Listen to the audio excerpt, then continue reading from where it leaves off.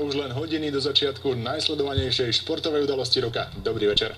Do otváracieho ceremoniálu ich zostáva už len necelých 26 a výnimočnú atmosféru priamo na mieste sledujú aj naši kolegovia. Hovorí sa, že všetky cesty vedú do Ríma, no v týchto dňoch to rozhodne neplatí. Keď sa pozriem okolo seba, mám pocit, že do Londýna prišiel celý svet.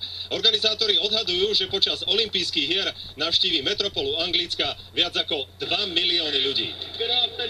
Krásne popoludne všetkým, vítajte na olympijských hrách. Verím, že sa vám tu bude veľmi páčiť a krásne si to tu užijete. Dúfam, že vás uvidím vychádzať s veľkým úsmevom na tvári.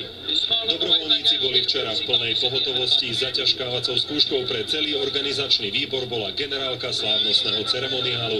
No a bol by v tom čert, keby v ňom nemali prsty aj Slováci. Je tam ako dobrovoľník, takže sme prišli. Aký máte pocit, keď sa pozriete okolo seba? Úžasný, to sa nedá opísať. V olympijskom parku, aj keby ste chceli, nemôžete zablúdiť. Veľmi rýchlo sme našli aj olympijskú dedinu. Škoda len, že slovenské vlajky sme na balkónoch nevideli. Nám však bude stačiť, ak budú naši športovci viditeľní na boisku. Priamo v Olympic Parku sa budú realizovať atléti a plavci. No a naše prvé kroky samozrejme smerovali do press centra. Teraz už len veríme, že sa v Londýne veľmi rýchlo zorientujeme, pretože na prvý deň toho bolo naozaj veľa. Z Londýna Peter Čambor, televízia Markíza.